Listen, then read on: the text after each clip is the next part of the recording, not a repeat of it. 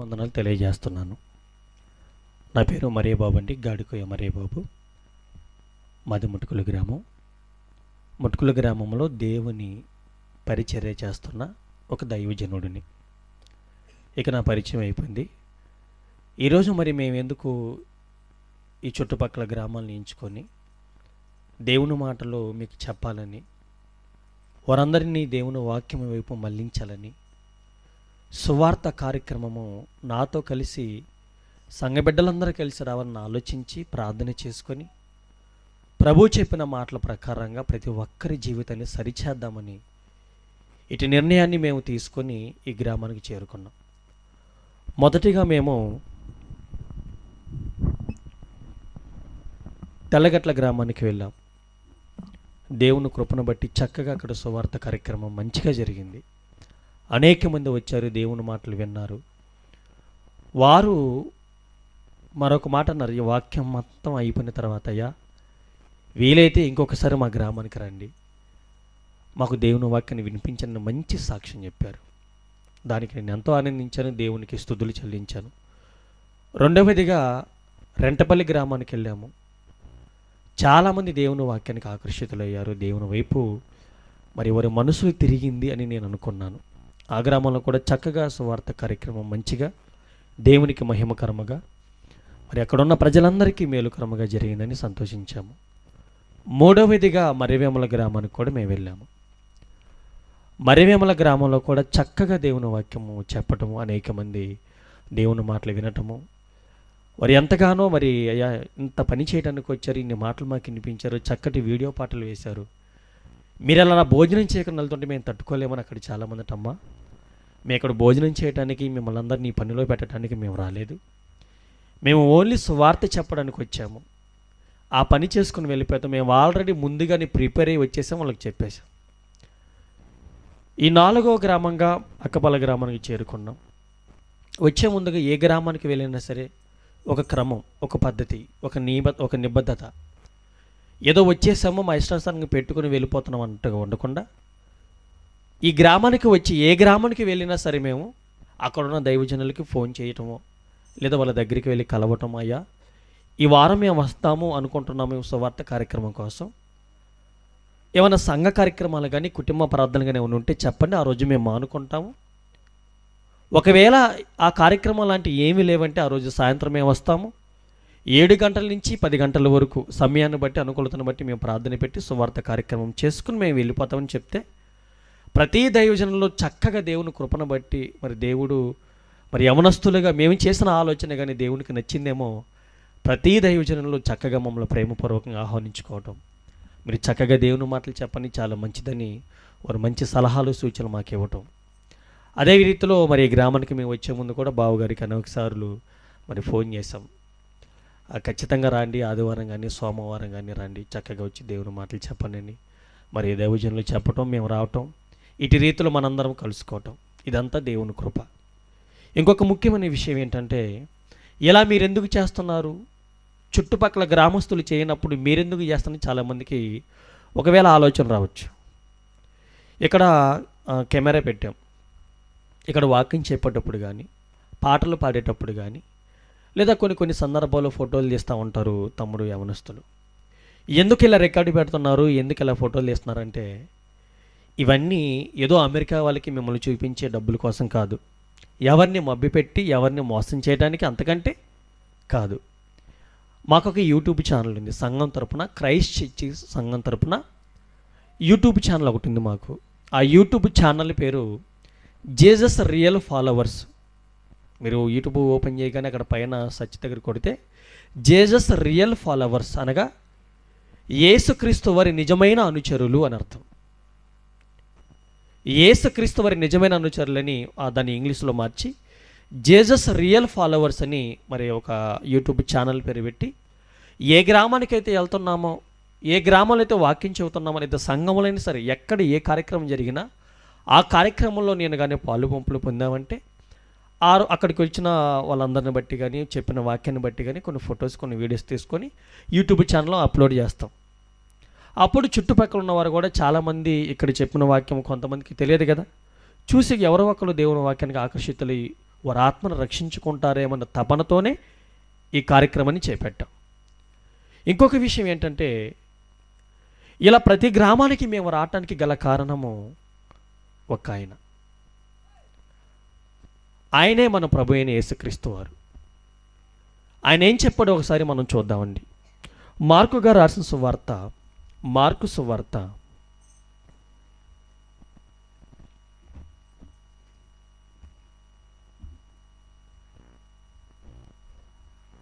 1వ అధ్యాయము, మార్కు సువార్త 1వ అధ్యాయము 38వ వచనాన్ని మనము చదువుకుందామండి. తీసిన వాళ్ళు చదవండి. మార్కు సువార్త 1వ అధ్యాయము 38వ వచనాన్ని మనము చదువుకుందామండి. ఆయన అనగానే ఇక్కడ డాష్ ఒకటి ఉంటుంది. ఆయన అనగానే ఆయన ఎవరంటే యేసుక్రీస్తు వారు. యేసుక్రీస్తు వారు తన దగ్గర ఉన్న శిష్యులకు ఒక మాట చెబుతున్నాడు. ఏమని? ఆయన ఇతర సమీప గ్రామములలోనూ నేను ప్రకటించినట్లు వెలుదము రండి. ఇందు నిమిత్తమే కదా నేను బయలుదేరి వచ్చితనని అక్కడున్న వారికి చెప్పారు. ఎందుకు వచ్చాడంటే యేసుక్రీస్తు వారు ఇతర గ్రామాలలో దేవుని వాక్యాన్ని చెప్పడానికి వచ్చారు. ఇతర గ్రామాల్లో దేవుని వాక్యం చెబితే ఏం జరుగుతుంది? ఆత్మలు రక్షింపబడతాయి. అంటే యేసుక్రీస్తు వారు ఈ లోకానికి వచ్చింది పాపిని రక్షించటానికి, అంతేనా? పాపిని రక్షించాలంటే మా ఊర్లో మేము ఉంటే మీ ఊర్లో మీరుంటే తెలుస్తుందా వాక్యం? ఏమండి? అందుకని యేసుక్రీస్తు వారు ఉన్న కాలంలో పెద్ద యెరూషలేములో పెద్ద దేవాలయం కట్టారు. బంగారంతో పొదిగారు దాన్ని. అక్కడ ఎంతోమంది ధర్మశాస్త్ర ఉపదేశకులు ఉన్నారు, సద్దుకయ్యులు ఉన్నారు, పరిసయ్యులు ఉన్నారు, అనేక మంది దైవజనులు ఉన్నా కానీ ఎందుకు యేసు ప్రభులు వారు ఆయా గ్రామంలోకి వెళ్ళి దేవుని వాక్యం చెబుదాము రండి అని అక్కడ ఉన్న శిష్యులను ఎంట పెట్టుకుని ఎందుకు వెళ్ళాడు? అందరూ చర్చికి వెళ్ళేవారు ఉండరు. మన అక్కపాల గ్రామం ఉందండి, సుమారు మరి ఎంత గడప ఉంటుందో నాకు తెలియదు. ఒక 100 గడప అనుకుందామండి, లేదా ఒక 200 గడప అనుకుందాం, లేదా ఒక 500 గడప ఉందండి. 500 గడప అంటే ఇంటికి వచ్చేసి ఇద్దరు చొప్పున వేసుకున్న 1000 మంది ఉంటారు, అంతేనా? 1000 మంది ప్రార్థనకి వెళ్తారా? వెళ్ళరు. పోనీ 100 కుటుంబాలు ఉన్నాయండి, కుటుంబంలో ఒక ఇద్దరు చొప్పున వేసుకుంటే 200 మంది. 200 మంది చర్చికి వెళ్తారా? వెళ్ళరు. ఇంటికి ఒక్కరు, లేదా కొన్ని ఇళ్లలో ప్రార్థన కూడా వెళ్ళరు. అలాంటి వారి కోసమే యేసుక్రీస్తు వారు ఆలోచించి మనం ఇతర సమీప గ్రామంలోనికి వెళ్ళి దేవుని వాక్యమును బోధిద్దాం రండి, చెబుదాం రండి. పరలోక రాజ్యము నుంచి భూమి మీదకి వచ్చిన నేను ఇందు నిమిత్తమే కదా, పాపిని రక్షించడానికి కదా నేను వచ్చింది. ఈరోజు దైవజనులుగా మేము కూడా మా సంఘంలోనే మా వాళ్ళకే చెప్పడం కాదు, మాకు తెలిసినంత వరకు, మేము నేర్చుకున్నంత వరకు, దేవుడు మాకు ఇచ్చిన జ్ఞానము చొప్పున ఇతర గ్రామంలోనికి వెళ్ళి దేవుని వాక్యము చెప్పి కొద్ది మందిగానైనా సరే అక్కడున్న సంఘంలో వారిని అక్కడికి వెళ్ళేటట్టుగా చేద్దాం. ఇక్కడ ఏదో చర్చి కట్టాలని, సంఘాన్ని స్థాపించాలని, మరొకటి చేయాలని మేము ఎక్కడికి వెళ్ళట్లేదండి. దైవజనులు చాలామంది గ్రామంలో ఉన్నారు, చక్కగా పరిచర్య చేసేవాళ్ళు. ఎవరో ఒకరికి దేవుని వాక్యం ఖచ్చితంగా వాళ్ళ హృదయానికి తాకినప్పుడు అయ్యా మీ గ్రామంలో చక్కగా దైవజనులు ఉన్నారు, వాళ్ళ దగ్గరికి వెళ్ళండి, దేవుని మాటలు వినండి, మారు మనసును పొందండి, పాప క్షమాపణ నిమిత్తం బాప్తీసం తీసుకున్న సంఘంలో మరణించేంత వరకు నమ్మకస్తులుగా జీవిత పర్యంతం వరకు బ్రతకని చక్కటి సలహాలు ఇచ్చి వారిని దేవుని కృపను బట్టి వారిని రక్షణలోనికి నడిపిస్తున్నాం. ఇప్పుడు మేము ఇలాంటి గ్రామంలోనికి ఎందుకు వెళ్తున్నామంటే అదే యేసుక్రీస్తు వారు చెప్పాడు కాబట్టే మేము వచ్చాము. యేసుక్రీస్తు వారు ప్రతి గ్రామానికి తిరిగాడు ఆయన బ్రతుకున్నప్పుడు, మనకు తెలుసు కదండి. ఆ చుట్టుప్రక్కల గ్రామంలోనికి యేసుక్రీస్తు వారు వెళ్ళి దేవుని మాటలు చెప్పాడు. ఒకవేళ గ్రామంలో వ్యతిరేకత ఉంటే కొండ మీదకి వెళ్ళాడు, తర్వాత సముద్ర తీరానికి వెళ్ళాడు. ఎక్కడికి వెళ్ళినా సరే దేవుని వాక్యాన్ని చెప్పాలి, దేవుని వాక్యాన్ని చెప్పాలి. దేవుని వాక్యమే మనిషి హృదయాన్ని మార్చేది. మొట్టమొదటిగా దేవుని వాక్యమే మనిషి హృదయాన్ని మార్చేది. మనిషి మాటల్లో శక్తి ఉండదు, కానీ దేవుని మాటల్లో గొప్ప శక్తి ఉంటుంది. అందుకని ఆ శక్తి కలిగిన వాక్యాన్ని మీకైనా కొంచెమైనా పంచి వెళ్దామని వచ్చాం. మంచి నిర్ణయమా కదండి ఇది? మంచి నిర్ణయం. నాతో పాటు సహోదరులు తమ్ముళ్ళు కూడా నాకంటే ముందుగా వచ్చి మేము వెళ్తామన్నయ్య, మీరు ఇక్కడే ఉండండి, మీరు శుభ్రంగా చక్కగా ఒక సబ్జెక్ట్ ప్రిపేర్ అయ్యారండి, మేము ముందుగా వెళ్ళి మొత్తం సెట్ చేస్తాము, మేము ఫోన్ చేస్తాం, ఆ టైంలో రండి అన్నారు. మరి తమ్ముళ్ళు చక్కగా కష్టపడుతున్నారు, మీరు చూస్తున్నారు కదా, వచ్చినప్పటి నుంచి అంత బాగా కష్టపడుతున్నారు. ఏమండి, మా కోసం సంఘస్థుల కోసం మీరు ప్రార్థన చేయండి. ఇక దేవుని వాక్యంలోనికి మనము అంశంలోనికి వెళ్దామండి. ఈరోజు అక్కపాల గ్రామానికి దేవుడు ఏర్పాటు చేసిన అంశము మనిషి మార్పు కొరకు దేవుని దీర్ఘశాంతము. పాఠం పేరు, అంశం పేరు మనిషి మార్పు కొరకు దేవుని దీర్ఘశాంతము. మనకు తెలుసు యేసుక్రీస్తు వారు ఈ లోకానికి వచ్చినప్పుడు మనుషులందరి కోసం మరణించి సమాధిలో పెట్టబడి 3వ దినాన్ని తిరిగి లేచిన తర్వాత తిరిగి లేచిన తర్వాత ఎన్ని రోజులు ఉన్నాడు ఇక్కడ? యేసుక్రీస్తు వారు సిలువలో మరణించాడు, సమాధిలో పెట్టబడ్డాడు. సమాధిలో పెట్టబడిన తర్వాత పునరుద్ధానుడై ఈ తండ్రిని దేవుడు యేసుక్రీస్తు వారిని లేపిన తర్వాత ఎన్ని రోజులు ఉన్నాడు? సుమారు 40 రోజులు ఉన్నాడు. అపోస్తల కార్యాలు ఉంటుంది. సుమారు 40 రోజులు యేసుక్రీస్తు వారు పునరుద్ధానుడైన తర్వాత, తిరిగి లేచిన తర్వాత, మరణాన్ని జయించిన తర్వాత 40 రోజులు భూమి మీద ఉండి శిష్యులకు, ఆయా పరిసర ప్రాంతంలో ఉన్న వారందరికీ దేవుని వాక్యాన్ని చెప్పి ఆ 40వ రోజున ఆరోహణమై పరలోక రాజ్యానికి వెళ్ళాడు. ఆ వెళ్ళే ముందు ఒక మాట చెప్పాడండి. ఏం చెప్పాడంటే, ప్రకటన గ్రంథము చూద్దామండి. ప్రకటన గ్రంథము 22వ అధ్యాయము 7వ వచనాన్ని చదువుకుందాము అండి. ప్రకటన గ్రంథము 22వ అధ్యాయము 7వ వచనం చదువుకుందామండి. ఇదిగో నేను త్వరగా, నేను వెళ్ళిపోతాను అనుకోమాకండి, నేను మరలా త్వరగా వస్తాను. నేను వెళ్ళిపోతున్నాను ఇప్పుడు, మరలా నేను మీ యొద్దకు త్వరగా వస్తాను. అదే చెబుతున్నాడు. ఇదిగో నేను త్వరగా వచ్చుచున్నాను, నేను వచ్చే లోపులలో మీకిచ్చిన పరిశుద్ధ గ్రంథంలో ఉన్న మాటలను ఎవరైతే జాగ్రత్తగా గైకొంటారో వారు ధన్యులు సుమి.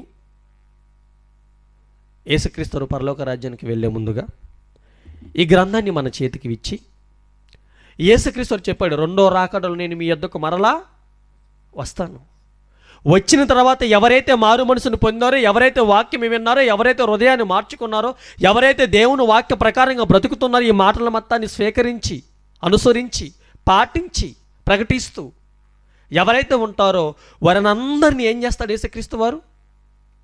పరలోక రాజ్యానికి తీసుకొని వెళ్తారు. మరి పరలోక రాజ్యానికి వెళ్ళే వారందరూ ధన్యులా కాదా? ధన్యులు. ధన్యులు అంటే ఆశీర్వదింపబడిన వారు అని అర్థం, దీవించబడిన వారు. పరలోక రాజ్యానికి వెళ్ళడానికి చక్కటి దీవెన పొందినవారు, వారిని ధన్యులు అని అంటారు. అదే చెబుతున్నాను, నేను త్వరగా వస్తాను, నేను త్వరగా వస్తాను. నేను వచ్చే లోపలలో మీరందరూ ఏం చేయాలంటే, మీకు ఇచ్చిన ఈ ప్రవచన గ్రంథములు, ఈ ప్రవచన వాక్యములను గైకొనివాడు ధన్యుడు.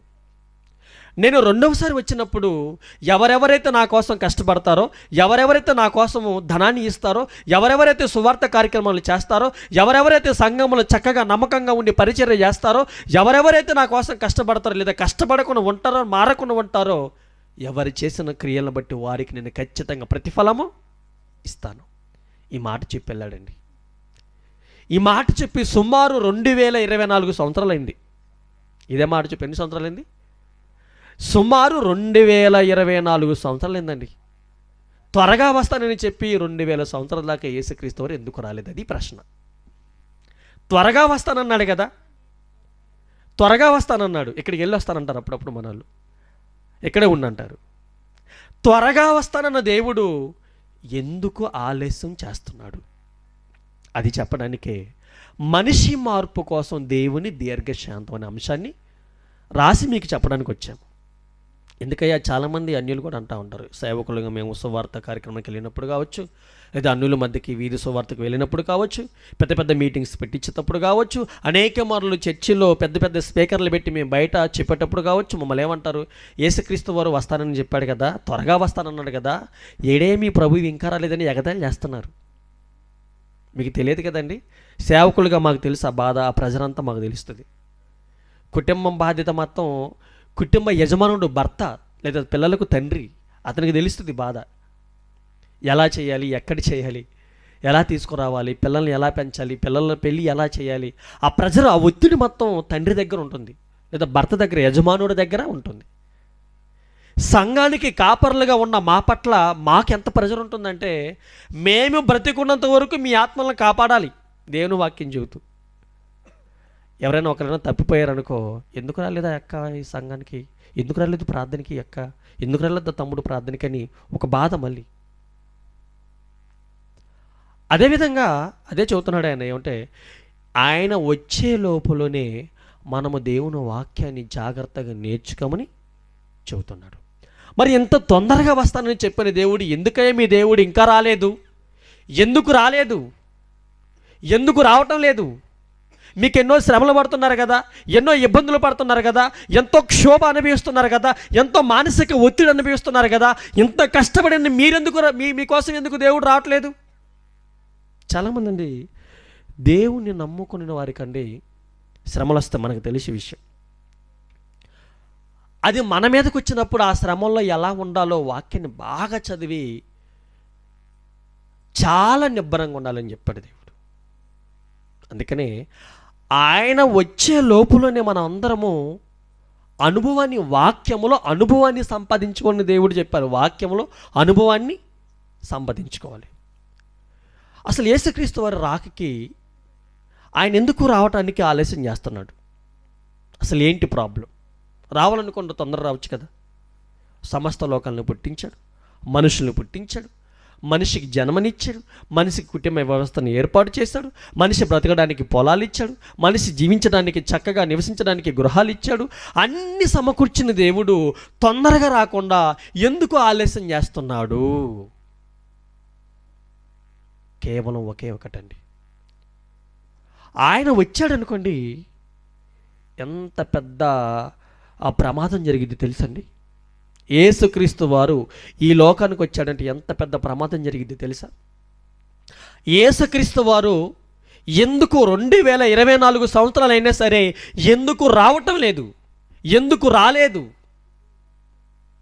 2 యుగాలు గడిచాయండి. ఇప్పటికి 1000 ఏళ్ళు కలిపితే ఒక యుగం, అంతేనా? ఇప్పుడు ఇది ఎన్నో యుగం? మనం 3వ యుగంలో అడుగుపెట్టాం. అర్థమైందండి? 1000 సంవత్సరాలకు ఒక యుగం అయిపోయింది, 2000 సంవత్సరాలకు 2 యుగాలు అయిపోయినాయి, 3వ యుగంలో 24 సంవత్సరాలు గడిచాయి, అంతేనా? 3వ యుగానికి వచ్చిన యేసుక్రీస్తు వారు ఎందుకు రాలేదు? ప్రేమని దేవుని వారలారా, ఎందుకు రాలేదో కొన్ని విషయాలు మీకు చూద్దానండి. ఒకసారి లోకాసు వార్త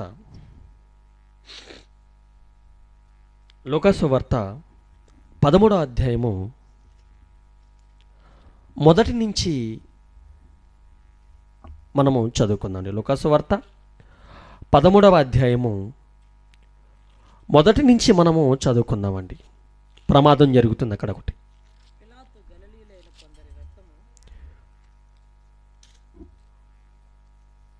లోకాసు వార్త 13వ అధ్యాయం మొదటి నుంచి చదువు నాయన. పిలాతు గలిలయులైన కొందరి రక్తము వారి బలులతో కలిపి ఉండెను. ఆ కాలమున అక్కడనున్న కొందరు ఆ సంగతి యేసుతో చెప్పారయ్యా. పిలాతు అనేవాడు ఒకడు ఉన్నాడయ్యా.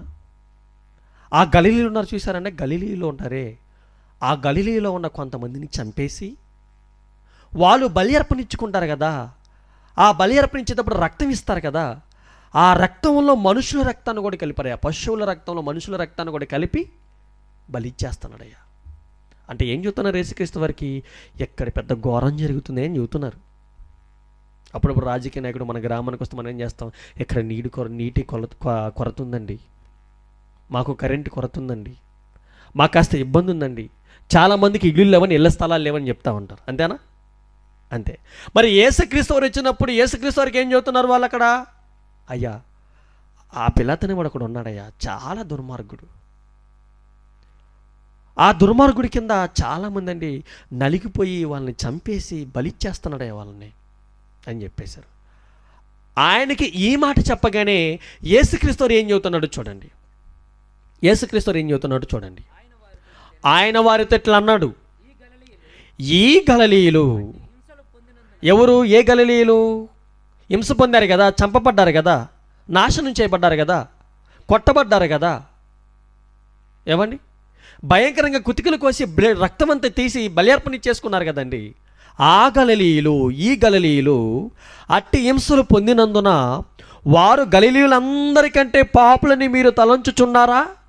అంటే ఏమనుకుంటున్నారు? వారు చాలా దుర్మార్గంగా చనిపోయాడంటే అతను పాపని మీరు అనుకుంటున్నారా? కాదు. చావులండి, ఒక మనిషికి మరణం వచ్చేటప్పుడండి మనకు కొన్ని విషయాలు తెలియాలి. దేవుణ్ణి నమ్ముకున్న వ్యక్తికి ప్రమాదాలు జరుగుతాయి, దేవునిని నమ్మని వ్యక్తికి కూడా ప్రమాదాలు జరుగుతాయి. దేవుని నమ్ముకున్న వ్యక్తి మరణిస్తాడు, దేవునిని నమ్ముకొనకుండా ఉన్న వ్యక్తి కూడా మరణిస్తాడు. మరణం అనేది తథ్యం. పుట్టిన మనిషి గిట్టగా తప్పదు. ప్రతి మనిషి మరణిస్తాడు. కానీ మరణం అనేది మనిషికి అనేక రూపాలలో వస్తూ ఉంటుంది. హార్ట్ అటాక్ అని, బ్రెయిన్ స్ట్రోక్ అని, ఏమండి యాక్సిడెంట్లని, నిద్రపోతూ చనిపోవడం అని, గ్యాస్ ట్రబుల్ అని, అనేక రకాలుగా ఒక వ్యాధి ద్వారానో ఏదో ఒక ప్రమాదం ద్వారా లేదా ప్రశాంతంగా ఏదో ఒక విధంగా మనిషి అనేది ఖచ్చితంగా ఈ లోకాన్ని విడిచిపెట్టేసి వెళ్ళిపోవాలి, మరణం ద్వారా వెళ్ళిపోవాలి. మంచివారికి ప్రమాదం జరిగి చనిపోయారనుకోండి, వారికి పెద్ద నష్టమేమి ఉండదు. మన మధ్య లేరని ఒక బాధ ఉంటుందే కానీ నష్టము వారి ఆత్మకి ఏముండదు. ఎందుకంటే మంచివారు, దేవుని నమ్ముకున్న వ్యక్తి, ప్రార్థన చేసేవారు, పరిచర్య చేసేవారు, అలాంటి వారు చనిపోయారనుకో ప్రమాదం జరిగి వారు పరదేశికి వెళ్ళిపోతారు. అంతేనండి, తెలుసు కదా మీకు ఆ విషయాలు. పరదేశికి వెళ్ళిపోతారు. ఇప్పుడు యేసుక్రీస్తు వారు ఉన్నారండి, ఆయన ఎలా చనిపోయాడు? చిత్రహింసలు పెట్టి చంపేశారు. స్టెఫెను ఉన్నారని ఎలా చనిపోయాడు? యాకోబు గారు ఉన్నారు ఎలా చనిపోయాడు? అపోస్తలులు ఎలా చనిపోయారు? భయంకరంగా కొట్టి చనిపేశారు. వారికి ఏమైనా నష్టం వచ్చిందా? ఈ లోకంలో మనతో పాటు కొద్ది కాలం పాటు, కొన్ని సంవత్సరాలు మనతో పాటు లేరని ఒక క్షోభ, ఒక మానసిక ఒత్తిడి, బాధ తప్పించి వారి ఆత్మ క్షేమంగా పరదేశంలో ఉంది. ఈ విషయం మనకు అర్థం కావాలి. మరి దేవుని నమ్మని వ్యక్తి కూడా, దేవుని నమ్ముకోకుండా ఉన్న వ్యక్తులు కూడా ప్రమాదాలు జరుగుతాయి. వారికి ఎందుకు ప్రమాదాలు జరుగుతాయి? అదే చెబుతున్నాడు. చదువు ఒకసారి 2వ వచనం. ఈ గలిలయులు అట్టి హింసలు పొందినందున వారు గలిలయులందరికంటే పాపులని మీరు తలంచుచున్నారా? కారని మీతో చెప్పుచున్నాను. ఏమని చెబుతున్నాడు మరి? మీరు మారు మనసు పొందని ఎడల మీరందరూ అలాగే నశింతురయ్యా. పిలాతు అందరిని చంపేసి రక్తం ఇచ్చేస్తున్నాడే, బలిర్పణ ఇచ్చేస్తున్నాడే, ప్రమాదం జరుగుతుంది, చాలా చాలా భయంకరంగా వాళ్ళందరూ గోస పెడుతున్నారా అంటే వాళ్ళు ఎందుకు చేస్తున్నారో తెలుసా మీకు? ఫస్ట్ అంత ప్రమాదానికి వాళ్ళు ఎందుకు గురవుతున్నారో తెలుసా? వారెందుకు అలా నశించిపోతున్నారో తెలుసా? వారికి ఎన్నిసార్లు దేవుని వాక్యము చెప్పినా మారు మనసు పొందలేదు కాబట్టి వారు చనిపోయారు. మారు మనసు పొందకపోతే భయంకరంగా చనిపోతారని చెప్తున్నాడు ఆయన. మారు మనసు పొందిన వారు కూడా చనిపోతారు. వారు చనిపోతే వాళ్ళకి పెద్ద నష్టం ఏం జరగదు, ఎందుకంటే పరదేశికి వెళ్ళిపోతారని మనం ముందే చెప్పుకున్నాము. మారు మనసు పొందకుండా ఎవరైనా ఉన్నారంటే ఖచ్చితంగా ప్రమాదంలో చనిపోతారు, లేదా ఏదో ఒక వ్యాధిలో ఇరుక్కుపోతారు. అపవాదిగాడి చేతిలో కబంధ హస్తాలు మీ ఆత్మలు చిక్కుకుంటాయి. అపవాదిగాడి వశంలో మీరు ఉన్నారనుకో నరకానికి చేరిపోతారు. అపవాదుడు ఎక్కడికి వెళ్ళిపోతాడండి? 2వ రాకడలో యేసుక్రీస్తు వచ్చేసరికి, యేసుక్రీస్తు వారు 2వ రాకడలో ఈ లోకానికి వచ్చాడనుకో అపవాదుగాడు ఎక్కడికి పంపిస్తారు? నరకాన్ని పంపిస్తాడు. వాడు చెప్పిన మాటల ప్రకారంగా, వాడు ఉద్దేశ మాటల ప్రకారంగా, వాడి ఇష్టానుసారంగా నడుచుకున్నారనుకో వారు ఎక్కడికి వెళ్ళిపోతారు? అంతే కదండి. అపవాది సంబంధులందరికీ ఒక ప్లేస్ ఉంటుందండి, దేవుని బిడ్డలందరికీ ఒక ప్లేస్ ఉంటుంది. దేవుని బిడ్డలందరూ పరలోక రాజ్యంలో దేవునితో పాటు ఉంటారు. దెయ్యపు సంబంధులందరూ, మారు మనసు పొందిన వారందరూ ప్రమాదాల్లో చనిపోయే నరకంలో ఉంటారు. ఈ విషయం చెప్పారండి. 2వ విషయం కూడా మాట్లాడుతున్నాడు. 2వ విషయం కూడా ఒకసారి మనం చదువుకుందామండి. కారని మీతో నిశ్చయముగా చెప్పుతున్నానని చెప్పి అన్నాడు కదా. తర్వాత 4వ వచనం చదువుకుందామండి. ఇంకొక విషయం కూడా చెబుతున్నాడు. మరియు శిలోయములోని గోపురము పడి చచ్చిన ఆ 18 మంది చనిపోయారంటే గోపురం పడి. మనకు తెలుసు కదా, గోపురము పడి 18 మంది చనిపోతే ఏం మాట్లాడుతున్నాడు అక్కడ 5వ వచనంలో? మీరు కూడా ఈ చనిపోయిన వారందరూ పెద్ద మంచోళ్ళు అనుకుంటున్నారా? గోపురం పడి చనిపోయిన వారందరూ మంచోళ్ళు అనుకుంటున్నారా? వాళ్ళ అమాయకులు అనుకుంటున్నారా? కాదు. కారని నేను నిశ్చయముగా మీతో చెప్పుచున్నాను. ఏమని? వారు ఎందుకు చనిపోతున్నారు తెలుసా? మారు మనసు పొందక అతి భయంకరంగా చనిపోతున్నారు. మారు మనసు పొందకపోతే మనిషికి మరణము తొందరగా వస్తుంది అని అర్థం. మీకు చెప్పడానికి ఇది. మారు మనసు పొందకపోతే మనిషికి మరణము తొందరగా వస్తుంది. మారు మనసు పొందిన వారికి తొందరగా వచ్చిందనుకో, వాళ్ళని సేవ్ చేయడానికి దేవుడు మరణం ఇచ్చాడు అంతే. మారు మనసు పొందిన వారికి మరణం వస్తుందనుకో, పెద్ద డేంజర్లో పడిపోతారని అర్థం. ఒక మనిషి మారటానికి ఈ కంఠంలో ఊపిరినంత వరకే ఛాన్స్, ఈ భూమి మీద బ్రతుకున్నంత వరకే ఛాన్స్. మనకు తెలుసు కదా, పెద్దలు సామెతలు వేస్తూ ఉంటారు, దీపం ఉండగానే ఇల్లు చక్కబెట్టుకోవాలి. ఇక దీపం ఆరిపోయిన తర్వాత నువ్వు వెళ్ళి అది అక్కడ పెడదాం ఇది ఇక్కడ పెడదాం అంటే ఏ గోడకో దేనికో దాన్ని గుద్దుకొని ప్రమాదాలు జరుగుతాయి. ఈ భూమి మీద బ్రతుకుండగానే నీ మనసును మార్చుకొని వాక్య ప్రకారముగా నీ జీవితాన్ని సరిచేసుకొని మారు మనసును పొంది పాప క్షమాపణ నిమిత్తం బాప్తిసం తీసుకొని నీ కోసం ప్రాణం పెట్టిన యేసుక్రీస్తు అని మనసు పూర్తిగా నమ్మి ఆయన మాటల ప్రకారంగా నువ్వు జీవించావనుకో జీవిత పర్యాంతము వరకు, వెరీ గుడ్. నీకు నిత్య జీవం ఇవ్వడానికి దేవుడు ఏమాత్రమును వెనుకాడడు. ఒకవేళ యేసుక్రీస్తు వారు తొందరపడి వచ్చాడనుకో, మారిన వారందరూ డేంజర్లో పడిపోతారు. మారిన వారు సేఫ్ జోన్లో ఉంటారండి. మారు మనసును పొంది దేవుని పని చేసే మనలాంటి వాళ్ళు ఏం చేస్తారు? ప్రార్థనకి వెళ్ళే వాళ్ళందరూ సేఫ్ జోన్లో ఉంటారు. అందరు కాదులేండి, ప్రార్థనకి వెళ్ళే వాళ్ళలో కూడా కొంతమంది లేండి, అందరు కాదు. మారు మనసు పొందిన వారు ఎక్కువ మంది ఉన్నారా, మారు మనసు పొందిన వారు ఎక్కువ మంది ఉన్నారు ఈ ప్రపంచంలో? మీరు చెప్పండి. ఈ ప్రపంచంలో అండి సుమారు 800 కోట్ల మందికి పైచిలకే జనాభా ఉన్నారు ఈ ప్రపంచంలో. ఈ ఆరిన నేల మీద 200 దేశాలు పైగా ఉన్నాయి. ఈ 200 దేశాలు పైచిలుక ఉన్న ఈ భూమి మీద సుమారు 800 కోట్ల మందికి పైచిలికే ప్రపంచ జనాభా ఉన్నారు. ఇందులో మారు మనసు పొందిన వారు ఎంతమంది, మారు మనసు పొందిన వారు ఎంతమంది? ఏ శాతం ఎక్కువ, ఏ బరువు ఎక్కువ ఉంటుందండి? మారు మనసు పొందిన వారే ఎక్కువ మంది అండి. ఎందుకు ప్రభువా నువ్వు తొందరగా రావటం లేదంటే, నేను తొందరగా వచ్చానంటే మారు మనసు పొందిన వారందరూ తక్షణంగా నరకానికి వెళ్ళిపోతారు. యేసు ప్రభువు తొందరగా రాకపోవడానికి గల కారణం ఏంటో తెలుసా? మనం ఇంకా మారలేదని. ఇదేందండి, నేను బాప్తిసం తీసుకుని హ్యాపీగా ప్రార్థనకి వెళ్ళిపోతున్నాను, బ్రహ్మాండంగా చక్కగా పాటలు పాడుతున్నాను, ప్రశాంతంగా పరిచయం చేస్తున్నాను, ఏదో చిన్న చిన్న తప్పులండి అంటావా? ఆ చిన్న చిన్న తప్పులు కూడా ఉండకూడదని ఆయన మనకి ఛాన్స్ ఇస్తున్నాడు. ఏదో చిన్న అబద్ధం వాళ్ళండి అంటారు ఒక ఆయన. నేను పెద్ద ఘోరం చేశానా, లేకపోతే ఏమైనా చంపానా, లేకపోతే ఇంకేమైనా చేశానా? చిన్న అబద్ధం చాలు నరకానికి వెళ్ళిపోవడానికి. ఎందుకంటే తెలుసండి, నరకానికి వెళ్ళిపోయేవారి లిస్టులో మొట్టమొదటి ఎవరు ఉంటారు? కొంతమంది ఉన్నారండి లిస్టులో. 21వ అధ్యాయంలో, ప్రకటన గ్రంథము 21వ అధ్యాయంలో 8వ వచనంలో చెబుతాడండి, నరకానికి వెళ్ళే వారిలో కన్ఫామ్గా ఉండే లిస్ట్ అది. కన్ఫామ్గా ఉండే లిస్ట్ ఒకసారి చదవండి, ఒకసారి తీసి చదవండి. కన్ఫామ్గా వీళ్ళు నరకానికి వెళ్ళిపోతారని దేవుడు డన్షూర్గా చెప్పాడు. ఏం మాట్లాడుతున్నాడండి? పిరికివారును. ఏ పిరికివారును?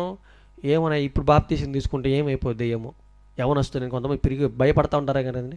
దేవుడేమో భయపడొద్దు, తొందరగా మారు మనసును పొందండి, యేసుక్రీస్తు వారు ఎప్పుడు వస్తారో తెలియదు, జాగ్రత్త పడండి అని దేవుడు చెబుతుంటే, ఇప్పుడు తీసుకోనిలే మా వాడు ఈసారి బాప్తీసం తీసుకుంటాలే. చాలామంది యవనస్తులు ఈ కాలంలో ఎక్కువగా చనిపోతున్నారండి. మంచివారికి మరణం వస్తుంది, చెడ్డవారికి కూడా మరణం వస్తుంది. మంచివారికి మరణం వస్తే పర్వాలేదు, యేసుక్రీస్తు రెండో రాకడలో లేపబడతాడు, పరలోక రాజ్యానికి చేర్చబడతారు. చెడ్డవారికి మరణం వచ్చిందంటే, మారు మనసు పొందిన వారికి మరణం వచ్చిందంటే, అబ్బో వారి బాధ వివరించలేనిదండి. మనకు తెలుసు కదా, ధనవంతుడు తెలుసు. ఈ మాట చదువుకుని అక్కడికి వెళ్దామండి. 8వ వచనం చదువుకుందామండి. ప్రకటన గ్రంథము 21వ అధ్యాయము 8వ వచనం. ఎవరెవరు ఉంటారంటే, పిరికివారును, అవిశ్వాసులను, అసహ్యులను, నరహంతకులను, వ్యభిచారులను, మాంత్రికులను, విగ్రహారాధికులను, అబద్ధికులు కూడా నరకంలోనికి ఏమాత్రం డౌట్ లేదు. మరి ఇంకా నువ్వు ప్రార్థనకి వెళ్తూ ఇంకా దేవుని మందిరానికి నువ్వు వెళుతూ కూడా ఇంకా అబద్ధం చెబుతున్నావంటే మరి అది డేంజరే కదా, అది మరి మనకు డేంజరే కదండి. అదే చెబుతున్నాడండి దేవుడు. ఈ విషయంలో కూడా నువ్వు మారు మనసును పొందు. ఈ విషయంలో కూడా నువ్వు మారు మనసు పొందలేదనుకో, జాగ్రత్త, మరి నీ ఇష్టం. ఇంకా దేవుడు అంటండి కొంతమందికి అంటండి మారు మనసు పొందడానికి సమయం ఇస్తాడంటండి. ఎందుకంటే నోవా గారి గురించి మనకు తెలుసు. నోవా గారి కాలంలో దేవుడు సుమారు 120 సంవత్సరాలు వాళ్ళకి అవకాశం ఇచ్చారండి. వాస్తవానికి నోవా గారితో మాట్లాడిన కొద్ది రోజులకే, కొద్ది సంవత్సరాలకే వెంటనే జలప్రలయం రావాలి. తెలుసు కదా నోవా గారు అని, కానీ మనకు అంతా తెలుసు. ఇంకా రెఫరెన్స్లు చూపించాలంటే ఎక్కువ టైం అయితే. జలప్రలయం వెంటనే రానియకుండా ఒక ప్రక్కన నోవాహు ద్వారా సువార్త చెప్పిస్తూ మరొక ప్రక్కన వాడగట్టిస్తూ ఉన్నాడు. ఎన్ని సంవత్సరాలు? సుమారు 120 సంవత్సరాలు దేవుని వాక్యం చెబితే వారెవ్వరూ మారు మనసు పొందలేదండి. కేవలం నోవా గారి కుటుంబం వరకే. ఎందుకు ప్రభువా 120 సంవత్సరాలు నువ్వెందుకు వారిని చంపకుండా, వారికి ఎందుకు వారు చేసే పాపాలను చూస్తూ ఎందుకు అలాగే ఉంటున్నావంటే, చంపేయటం దేవునికి ఒక లెక్క అండి, ఆయనకు ఒక లెక్క. ఆయన తెలుసుకుంటే ఒక్క క్షణములు ఈ లోకాన్ని తీసి పక్కన పెట్టేస్తాడు. అవునండి.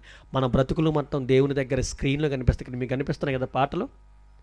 మన బ్రతుకులు మొత్తం అక్కడ దేవుడు చూస్తున్నాడు. అక్కడ ప్రతిరోజు సాయంత్రం, ప్రతిరోజు దేవుడు నీ దగ్గరికి వచ్చి నీ మనసును చూస్తున్నాడు. మనం ఏం వేసుకున్నామా, ఏం తింటున్నామా కదా, నువ్వు ఎలా ఉన్నా, నీ హృదయం ఎలా ఉంది చూస్తాడండి. 120 సంవత్సరాలు అవకాశం ఇచ్చినా సరే మనుషులు మారలేదంటండి. ప్రభువా మరి నేను చెప్పానయ్యా, మరి నాకు ఏం చేయమంటారు? అయితే నువ్వు వెళ్ళు నోవాహు, నీ భార్యని, నీ కొడుకుల్ని, నీ కోడల్ని తీసుకుని నువ్వు ఓడలోనికి వెళ్ళు. అప్పుడు ఎవరు నశించారండి? దేవుని మాటని వినకుండా, మారు మనసును పొందకుండా, దేవుని మాట వినకుండా మారు మనసును పొందకుండా ఉన్నవారే చనిపోయారు. జలప్రలయంలో చనిపోయారండి. అందుకే దేవుడు ముందుగా హెచ్చరిక పంపిస్తాడండి. జాగ్రత్త, జాగ్రత్త, జాగ్రత్త. యేసుక్రీస్తు ఎప్పుడు వస్తాడో మనకు తెలియదు. వచ్చే లోపులని మీరందరూ మారు మనసును పొంది పాప క్షమాపణ నిమిత్తం బాప్తిసం తీసుకొని ప్రభువు చెప్పిన మార్గంలో మీరు నడవండి. పరలోక రాజ్యానికి మనందరము వెళ్ళిపోతాము. లేదండి మాకే ఇబ్బంది లేదని అంటారా? ఇబ్బంది లేకపోతే ఇంక చూసుకొని మరి. ప్రభువా వారందరూ చనిపోయారయ్యా గోపురం పడంటే, వారు చనిపోయిన వారు మంచివారు కాదయ్యా, వారు ఇంకా మారు మనసు పొందలేదు. మారు మనసు పొందిన వారు ఎంతసేపు చూస్తాడండి? మీకు తెలుసు కదా చెట్టు గురించి. ప్రభువా ఈ చెట్టుని నరికేయమంటాడు యజమానుడు వచ్చి. ఈ చెట్టు కాదులేండి, మాట చెబుతున్నాను. ఈ చెట్టుని, అంజూరపు చెట్టుని తీసేయే ఎంతకాలం చూడాలి? దీనివల్ల భూమి వ్యర్థమైపోతుంది, ఎరువు మొత్తం వ్యర్థమైపోతుంది. ఏంటయ్యా ఈ విషయం అంటే, పనివాడు చేయమంటాడంటండి, ఇంకొక సంవత్సరం ఛాన్స్ ఇవ్వండి. ఆ కింద మాటలు అంటారు లోకసువార్త 13వ అధ్యాయంలో కింద మాటలు అదే ఉంటుంది. మాట పూర్వకం చూతాను వినండి. అయ్యా ఇంకొకసారి ఛాన్స్ ఇవ్వండి, నేను లోతుగా తవ్వి మంచి ఎరువేసి చక్కగా మందేసి మంచిగా నీరు పెట్టి కొంచెం శ్రద్ధ తీసుకుంటాను. ఇప్పుడు దైవజనుడు కూడా మీ పని వాళ్ళం కదండి. మీ ఆత్మలను కాపాడటానికి చక్కగా దేవుని వాక్యాన్ని లోతుగా ధ్యానించి బయటికి రెఫరెన్స్లు తీసి మీకు అర్థమయ్యేలాగా మేము ఆలోచించి మీకు వివరంగా చెప్పడానికి చాలా కష్టపడుతున్నాం. మీలో ఆత్మఫలాలు రావడానికి మేము వాక్యం అనే మందుని మీకు ఇస్తున్నాం, యూరియాని మీకు ఇస్తున్నాం. మీలో మంచి మార్పు రావడానికి ఈ కష్టాలన్నీ మేము దేవుని కోసం పడుతున్నాం. ఎందుకంటే ఒక్క ఆత్మ నశించిపోయిన దేవుడు చాలా భయంకరంగా బాధపడతాడు. తెలుసు కదండి. ఒక్క ఆత్మ నశించటం దేవునికి ఇష్టం లేదు. కాబట్టే ఆయన దీర్ఘశాంతము వహించి, మీరు వెళ్ళి తొందరగా వెళ్ళి చెప్పండి, ఆ ఊర్లో వెళ్ళి చెప్పండి, దైవజనులు మీరు కూడా వెళ్ళి చెప్పండి, నా మాటలు తొందరగా ప్రజలకు చెప్పావంటే మారు మనసు పొందుతారు. మారు మనసు పొందకపోయారా చనిపోయే నరకానికి వెళ్ళిపోతారు. అందుకని నరకానికి వెళ్ళకుండా దేవుని పిల్లలమైన మన కోసము ఆయన దీర్ఘశాంతము కలిగి ఉన్నాడండి. అదే మన పాఠం పేరు, మనిషి మార్పు కొరకు దేవుని దీర్ఘశాంతం. ఎందుకు యేసుక్రీస్తు వారు త్వరగా వస్తారని చెప్పి ఇంకా రాలేదంటే బయట వాళ్ళకి ఏం అర్థమైందండి? మీ దేవుడత్తా వద్ద అబద్ధ మాటలు చెప్పారని వాళ్ళు ఎక్కిరిస్తూ ఉంటున్నారు మమ్మల్ని. ఆయన వచ్చాడంటే మొట్టమొదటిగా నరకానికి వెళ్ళేది అతనే. దేవుని అపహసించిన వారే, దేవుని మాటలు నమ్మని వారే, భయంకరంగా పాపం చేస్తున్న వారే. మీకు సంగతి తెలుసండి, చాలాసార్లు అండి జీవితంలో మనము తొందరగా మారు మనసు పొందాలి, తొందరగా బాప్తిసం తీసుకోవాలి, ఇక నుంచి నేను జాగ్రత్తగా బ్రతకాలి అనుకుంటారండి. అనుకున్న టైంలో అపవాదిగాడు మిమ్మల్ని మారనీయకుండా వాడు మీకు గాలాలు వేస్తాడు తెలుసా, ఎరేస్తాడు. ఏమండి, ఒక చేపను పట్టడానికి ఆ నీటిలో ఉన్న చేపకి దానికి ఇష్టమైన ఫుడ్ ఆ గాలానికి తగిలిచ్చి నీటిలో వేస్తాడు. అది దానికి ఎర. ఈ లోకంలో నిన్ను పరలోక రాజ్యానికి వెళ్ళనీయకుండా వాడు నీకు ఇష్టమైంది నీ ముందు పెట్టి, నీ మనసుకు నచ్చేది నీ ముందు పెట్టి, దేవుడి లేదు ఏమి లేదు, ముందు నీ ఇష్టానుసారంగా బ్రతుకు. భర్తను మోసం చేస్తావో, భార్యను మోసం చేస్తావో, కుటుంబాన్ని మోసం చేసుకుంటావో, ఎలాగైనా నీ కోరిక వచ్చేదో కోరిక తీర్చేసుకుని వాడు తిప్పేస్తూ ఉంటాడండి. ఒక అతను అంటండి, ఏదో వేరే ప్రదేశంలో జరిగిన విషయం అండి. చాలాసార్లు తన భార్యని చూశాడంటమ్మా, ఇలా ఇది కరెక్ట్ కాదు, పిల్లలు ఉన్నారు, జాగ్రత్తగా సరి చేసుకోమ్మా, ఇప్పటికైనా మారమ్మాయి, పిల్లలు ఎదుగుతున్నారని చెప్తే వినలేదంటండి. వెనక వెనక వెనక వెనక ఒకరోజు ఇక ఆయన తట్టుకోలేక, దేవుడు కాబట్టి దీర్ఘశాంతం కలిగి ఉన్నాడని మనుషుడు తట్టుకోలేక, ఏమండి వాళ్ళిద్దరూ కూడా సొంత అన్న భార్యనే తప్పుగా అతను పాపం చేయడానికి ప్రేరేపించుకున్నారండి. అంటే మరిది